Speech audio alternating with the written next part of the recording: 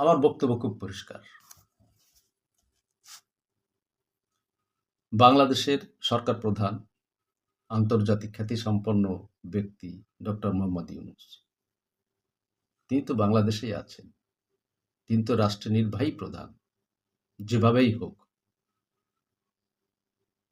তিনি কি একটি কথা বলেছেন কালকের এই দুর্বৃত্তপনার বিরুদ্ধে? স্বরাষ্ট্রমন্ত্রী কোথায় ছিলেন? বাংলাদেশের মানুষের জীবনে নিরাপত্তা কোথায়? ৫ই আগস্টের যে প্রধানমন্ত্রীর বাসভবন, গণভবনে লুটপাট, অবাধ লুটপাটের যে সুযোগ করে দেওয়া হলো, এর ধারাবাহিকতা আজও বিদ্যমান।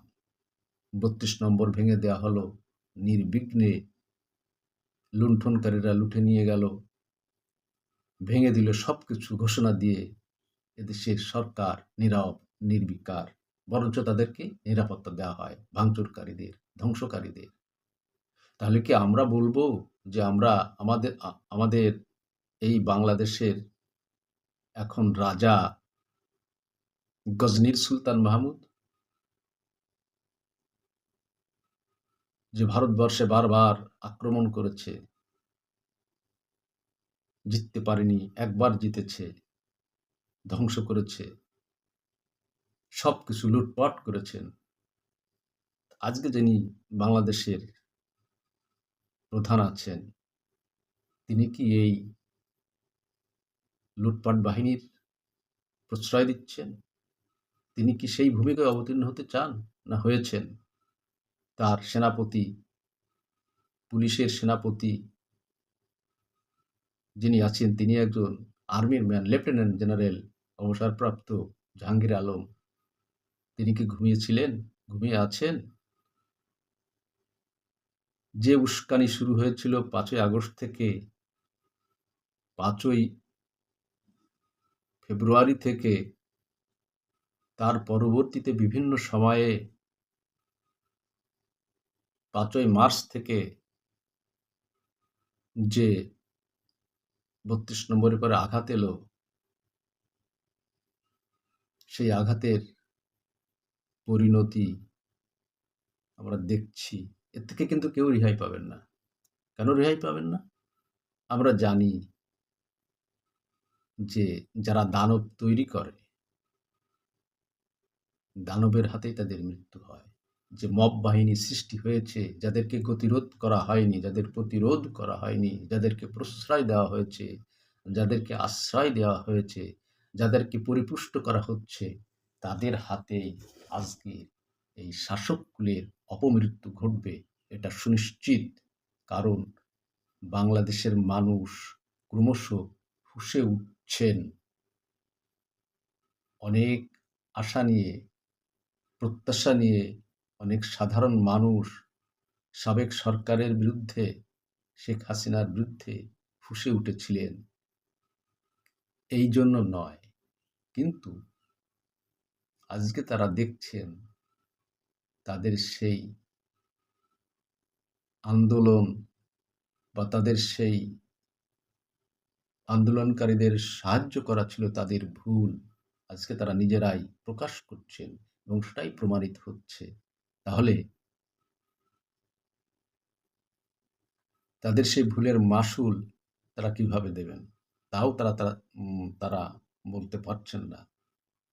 এজন্য বিশ্লেষকরা বলছেন, গবেষকরা বলছেন, বুদ্ধিজীবী যাদের জ্ঞান চক্ষু এখনো বন্ধ হয়নি, বিবেক এখনো মরে যায়নি, কিছু কিছু লোক এখনো কথা বলছেন যে আজকে যাদের দুধ কলা দিয়ে পোষা হচ্ছে, তারাই আগামীকাল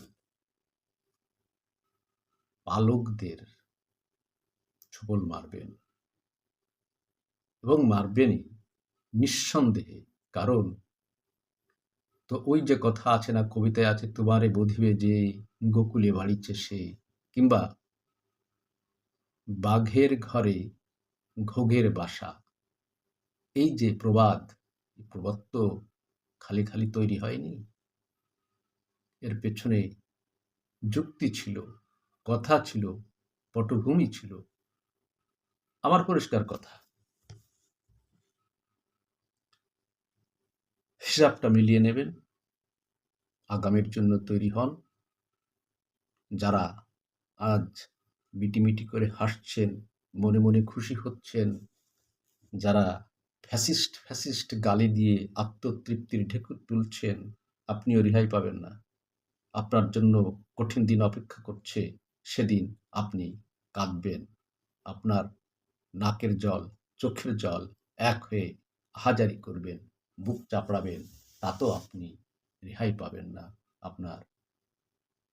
আপনাকে সেই দিনের জন্য অপেক্ষা করতে হবে। সেই সময় সামনে আসছে। বাংলাদেশ এখন খাদের কিনারে, গভীর সংকটে। এই বাংলাদেশ আমরা চাইনি। এখনো যদি বিবেকবান মানুষ, যাদের বিবেক আছে, তারা যদি এগিয়ে আসে, পথে নামে, তাহলে হয়তোবা অনেক ক্ষয়ক্ষতির ভিতর দিয়ে হলেও আমরা অন্তত আমাদের সেই অনিবার্য ধ্বংসের হাত থেকে আমরা রক্ষা পাব। তা না হলে আমাদের জীবনের নিরাপত্তাহীনতার মধ্য দিয়েই এখন যেমন সময় কাটছে, আগামীতেও এই নিরাপত্তাহীনতার কারণেই আমাদের এই দেশের মানুষের অপমৃত্যু ঘটতে পারে এবং কঠিন